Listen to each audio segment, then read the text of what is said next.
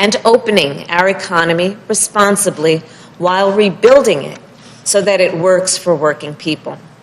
And we will do it by protecting the health and safety of our workers and creating millions of good-paying union jobs, from auto and construction jobs to domestic workers and caregiving jobs to service and hospitality jobs. The road ahead, it will not be easy, but the President-elect and I are hitting the ground running because we all know the challenges facing America today are great. The American people deserve no less, and we don't have a moment to waste. And now it is my incredible and great honor to introduce our President-elect, Joe Biden.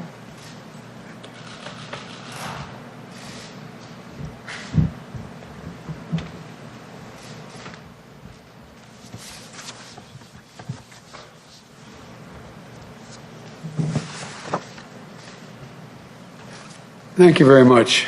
Good afternoon. Vice President Harris and I, as she indicated, just met with a group of America's top business leaders and labor leaders.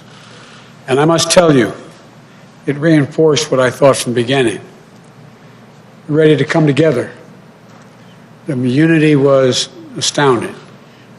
I want to go back and talk about the people who actually participated in that. I'm going to list all the people who, just so you know who we spoke with. Number one, there was Mary Barra, CEO of General Motors, Brian Cornell, CEO of Target, Mr. Nadell, CEO of Microsoft, Rory Gamble, President of the UAW, Mary Kay Henry, President of SEIU, Mark Perone, President of the UFCW, Lee Saunders, President of AFSCME, and Sonia Singhal, President of GAP, Richard Trumka, President of the AFL-CIO. It was really encouraging, quite frankly, to get people, business and labor, together, agreeing on the way forward, which I'm convinced the American people will be ready to do when they hear what we have in mind. And I'm very pleased that they all came together around the same table to advance areas of common ground, and we agreed we're going to continue these conversations. They represent very different perspectives, but I'm convinced that we can all come together around the same table to advance areas of common ground, which are really, I wish you could have all heard the conversation. It was really encouraging. And that's what we were ready to discuss today. We all agreed that we want to get the economy back on track. We need our workers to be back on the job by getting the virus under control. We're going into a very dark winter. Things are going to get much tougher before they get easier. And that requires sparing no effort to fight COVID so that we can open our businesses safely, resume our lives, and put this pandemic behind us. It's going to be difficult, but it can be done. And they all agreed. That means rallying the country behind a national strategy with robust public health measures like mandatory masking, widely available testing with rapid results, scaled-up production of life-saving treatments and therapeutics, and safe, equitable, and free distribution of the vaccine. It's great news that Moderna and Pfizer have each come up with vaccines that are in excess of 90% effectiveness. And getting the vaccine and a vaccination, though, are two different things.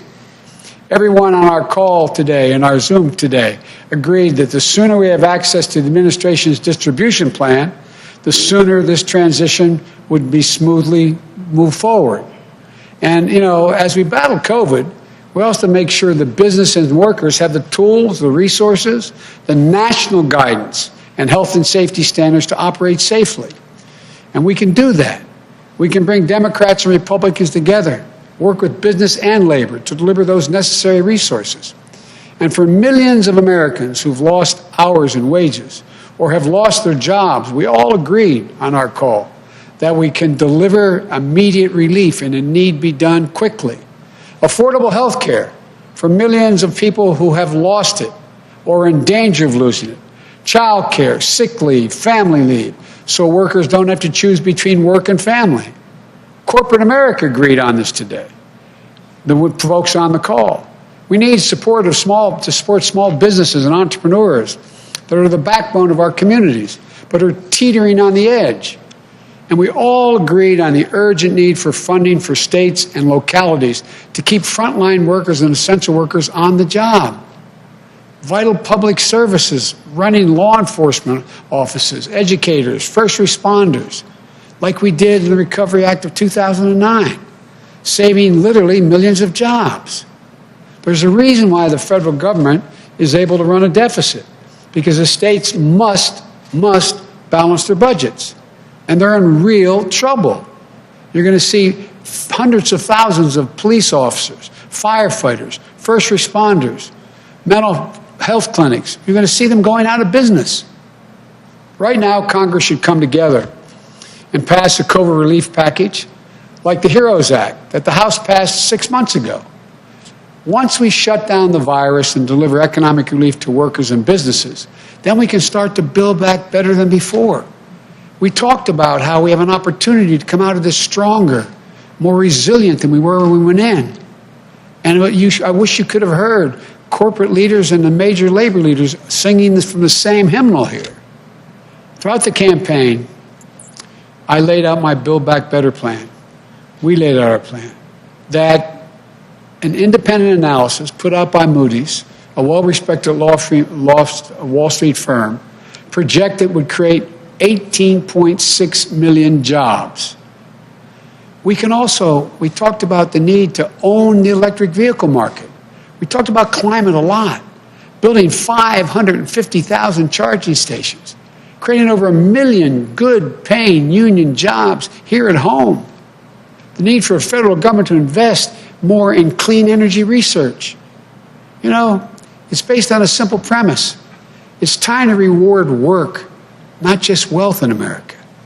We're going to have a fair tax structure that makes sure the wealthiest among us and corporations pay their fair share. Our plan will create millions of good-paying union jobs in manufacturing, building the vehicles, products, technologies that we're going to need for the future to compete with the rest of the world.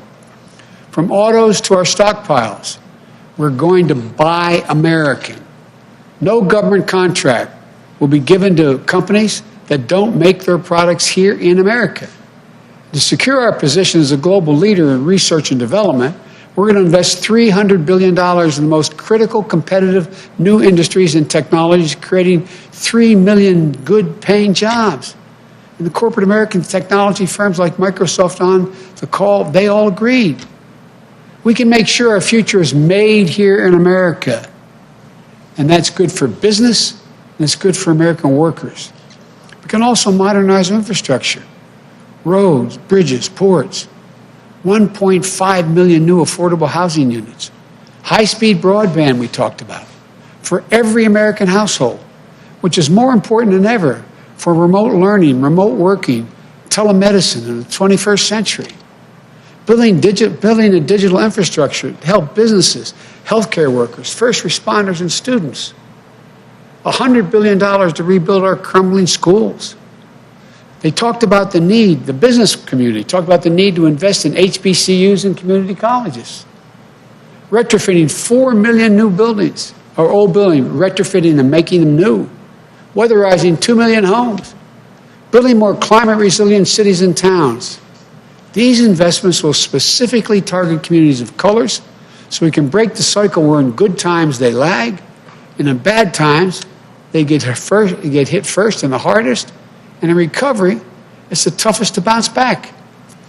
These are the kinds of investments that are going to strengthen our economy and our competitiveness, create millions of jobs, union jobs. And in doing so, we'll respect the dignity of work and empower the voice of workers. You've heard me say it before. My dad, when he lost his job in Scranton, eventually moved to Wilmington and got a good job. He'd say, Joey, a job's about a lot more than a paycheck. It's about your dignity, respect, your place in the community. It's about being able to look your kid in the eye and say, honey, everything's going to be okay. When we build back better, we'll do so with higher wages, including a $15 minimum wage nationwide, better benefits, stronger collective bargaining rights that you can raise a family on. That's how we build back the middle class better than ever. That's how we make sure workers are treated with the dignity and respect they deserve. I can go on. You can tell I was very encouraged by our conversation. But the point is this. There's so much we can do. The only way we do any of this is if we work together. I know we can do this. For example, on the call, I made it clear to the corporate leaders. I said, I want you to know I'm a union guy. Unions are going to have increased power. They just nodded. They understand. It's not anti-business. It's about economic growth, creating good paying jobs. 11 years ago, when Barack and I took office during the Great Recession and implemented the Recovery Act that saved us from another Great Depression, we didn't see a map in red and blue states. It was the United States of America. We didn't care whether the city had voted for us or against us. The state voted for us or against us. We worked with everyone, and we recovered and rebuilt together as one nation. We can do this again. The refusal of Democrats and Republicans to cooperate with one another is not due to some mysterious force beyond our control. It's a conscious decision. It's a choice that we make. If we can decide not to cooperate, then we can decide to cooperate. I believe this is in part the mandate from the American people, part of the mandate they gave us. They want us to cooperate. They want us to deliver results. And the choice that Kamala and I will make is that we're going to do that. That's why I'm so pleased today we were able to bring together business and labor leaders to make the choice jointly with us. We're all Americans. Now let's get to work. As I've said many times, thank you, may God bless you, and may God protect our troops. I understand now I'm going to take some questions. Megan, fire away.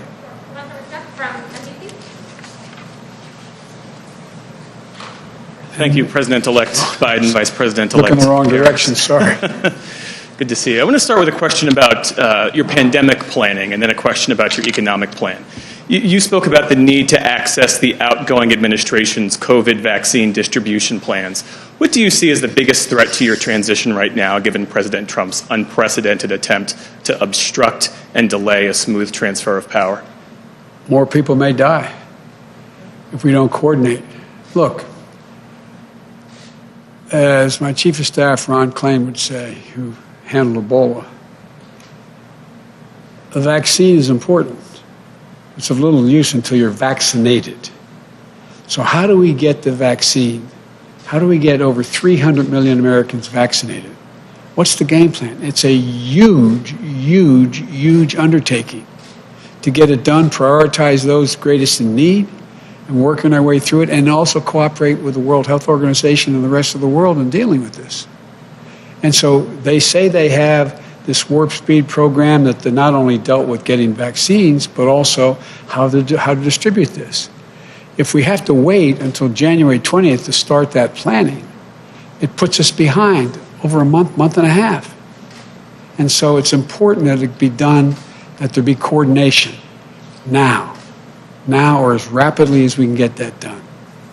On the economy, the Vice President-elect talked about having an economy that works for working people. One thing I didn't hear you talk specifically about is canceling student loan debt. Does student loan forgiveness figure in your plan? Would you take executive action to achieve it? It does figure in my plan. I've laid out in detail. For example, the legislation passed by the Democratic House calls for immediate $10,000 forgiveness of student loans. It's holding people up. They're in real trouble. They're having to make choices between paying their student loan and paying their rent, those kinds of decisions. It should be done immediately. In addition to that, as you know, I think that everything from community college straight through to doubling Pell Grants to making sure that we have access, free education for anyone making under $125,000 for 4 years of college. And there is a program that exists now under the law that forgives student loans for being able to engaging in public service. I'm going to institute that fundamental change in that so it's able to be available to everyone that in fact is engaged. It's not being very well managed right now. So I'm going to do all of those things. Thank you.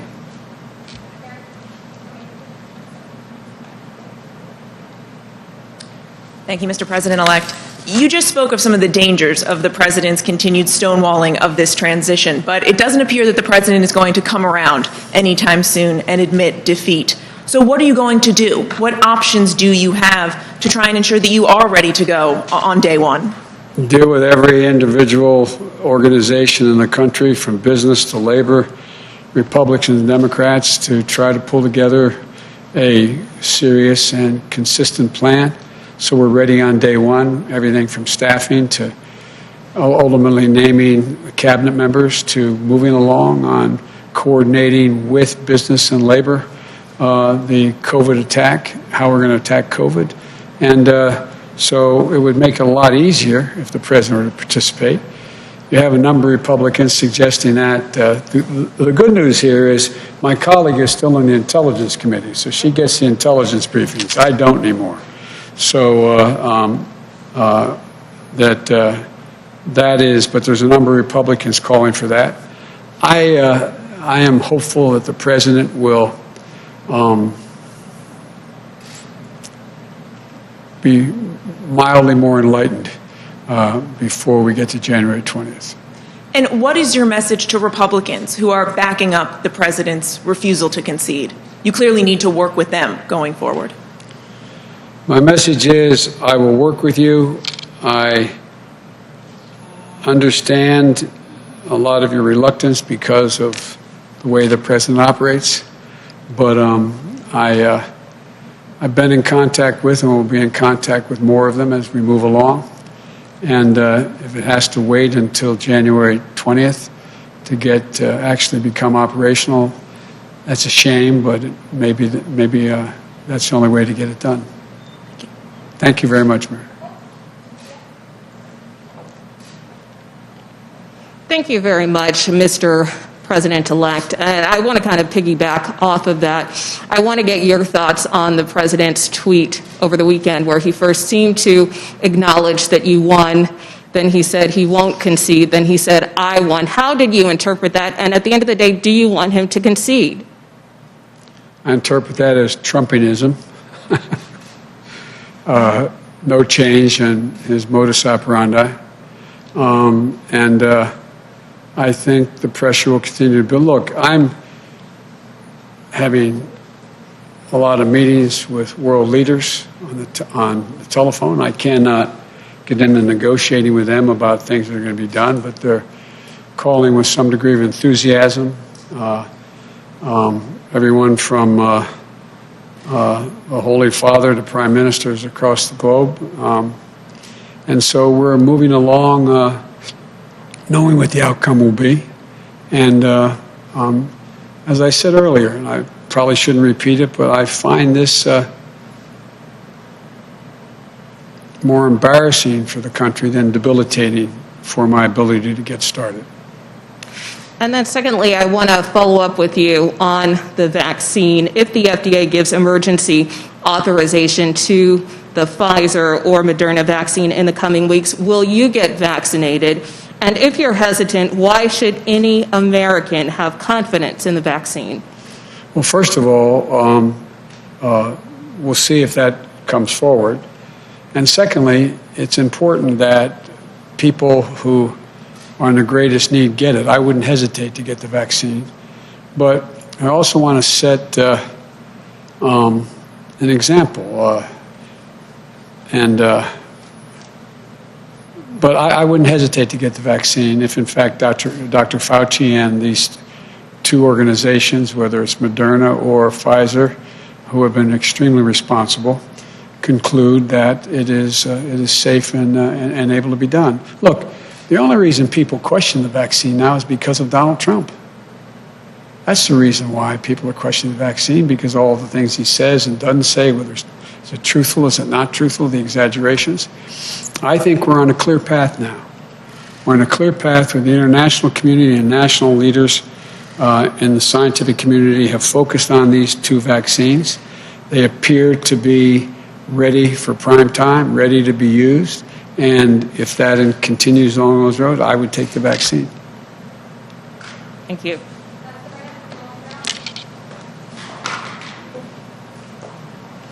Thank you, Mr. President-elect. You have been urging the American public to continue practicing social distancing and wearing a mask, but with cases skyrocketing across the country, do you think that more governors should be closing non-essential businesses and reinstating stay-at-home orders? Look, it depends on the state. What I failed to mention earlier is the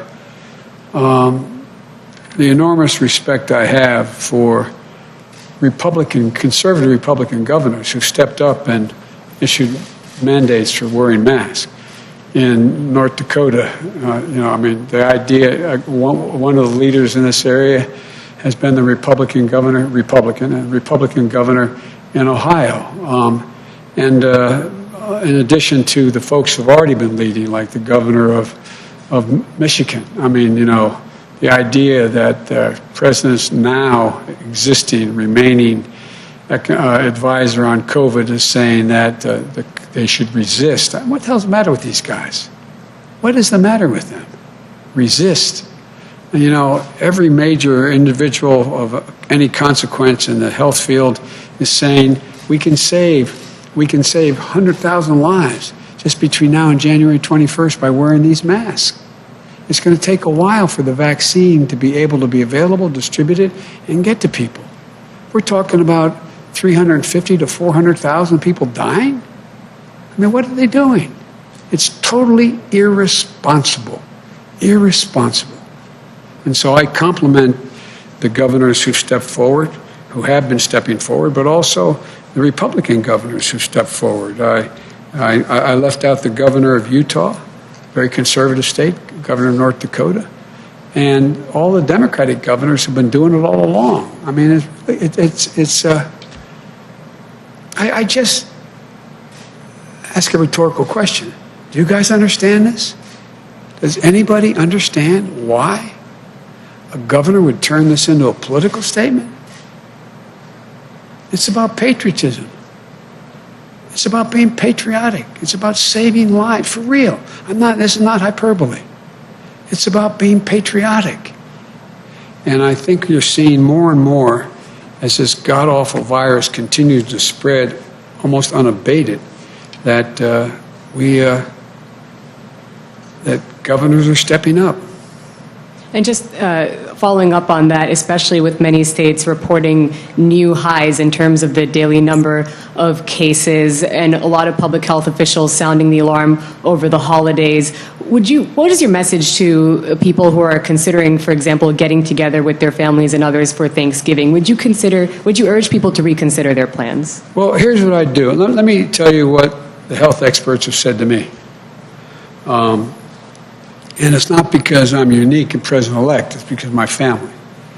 They strongly urge that if, in fact, we're going to have Thanksgiving with anyone, that we limit it to a maximum. They suggest 5 people, maximum 10 people, socially distanced wearing masks, and people who have quarantined. So Jill and I spent this morning, like many of you, trying to figure out what are we going to do for Thanksgiving? How are we going to do it? And we've narrowed down which family members and that they were tested, recently tested in 24 hours. And so I would strongly urge, for the sake, not just your sake, for the sake of your children, your mother, your father, your sisters, your brothers, whoever you get together for Thanksgiving, think about this. There should be no group more than 10 people in one room. Inside the homes. That's what they're telling me. They're telling me they're making sure that that's the case. And I have the more potent mask behind this one. I took it off when I came out here. I wear it inside this. That to be masked. It saves lives. And so, look, I just want to make sure that we're able to be together next Thanksgiving. Next Christmas. It is an international crisis. It's an international health crisis. And the idea, we're at war with the virus. And it is, we're at war, for real. And all kidding aside, I hope all of you, I've watched you all seem to wear masks all the time when you're, and the group that follows me, that is assigned to Delaware with me.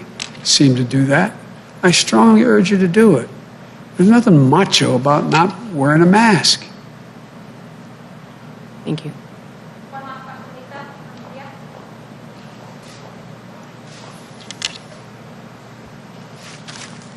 Thank you, Mr. President-elect, Madam Vice President-elect. Your plan, oh, my mask is stuck in my ear in classic. Hold on a second. I Demonstrating watched for Jill America. try to take it off. Yes. It's hard. Thank God I don't have an earring. Your plan that you've outlined just now about 1 million union jobs, clean energy jobs, investments in HBCUs, those are things that take time. We have a problem with long-term unemployment that's growing fast right now. What would you do right away, specifically, to address jobs that may not return for months, may not return ever, including in communities of color? What I would do, I would pass the HEROES Act. It has all the money and capacity to take care of each of those things now. Now, not tomorrow. Now. And the idea the president is still playing golf and not doing anything about it is beyond my comprehension. You'd at least think he'd want to go off on a positive note. But what is he doing? And there's virtually no discussion. And the Republicans, we're told, I don't know if this is true. You may know, Senator, but there's 22 Republicans say they won't vote for anything. Well, there ought to be at least a dozen of them have the courage to stand up and save lives and jobs now. We should be doing it now, keeping those businesses open, providing the PPE, the protective equipment, as well as the PPP, the money that we allow people to get funding to keep their businesses open, everything from separation to testing to a whole range of things that allow businesses to open and stay open. That's what the plan was at the beginning. And by the way, if you notice in the very beginning, when they passed the stimulus program, the first two pieces, what happened? Businesses were staying open. And then when they weren't open, they were still able to make people able to get paid.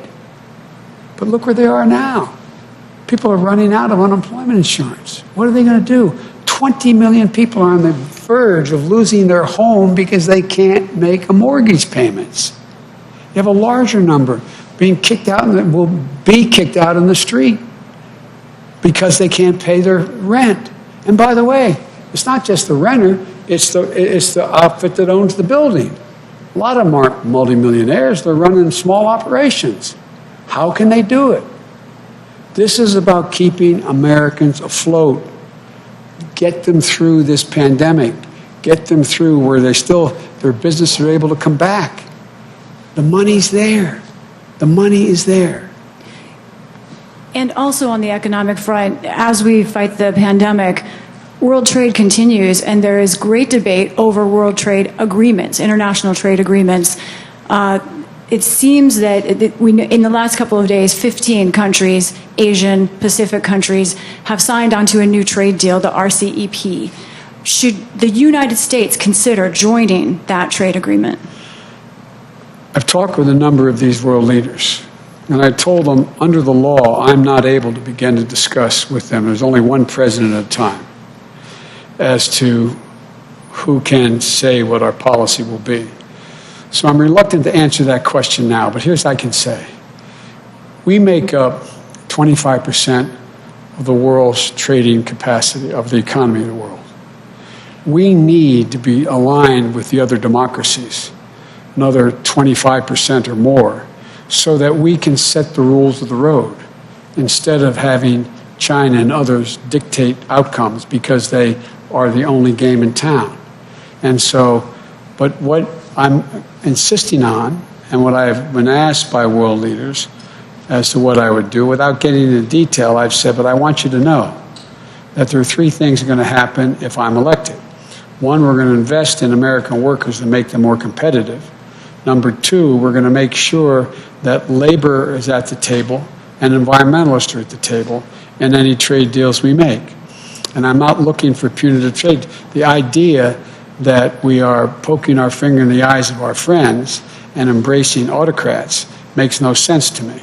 And so, but I'm reluctant to get into more detail at this moment. I promise you I have a pretty thorough plan, and I will be prepared to announce that to you on January 21st. You have indicated changes you want to make in U.S. international policy on other fronts, like the Paris climate. Yes, that's deal. a generic notion of rejoining, but I didn't get into the detail of what we'll do in that agreement. The same thing with rejoining the World Health Organization. Why not here? Because you're asking me about whether I join a specific proposal, the details of which are now only being negotiated among those nations. It would require negotiation. Thank you. Thank you. Appreciate it. Thank you all so much. Mr. President-elect, Thank time you, for one thank more. you, guys.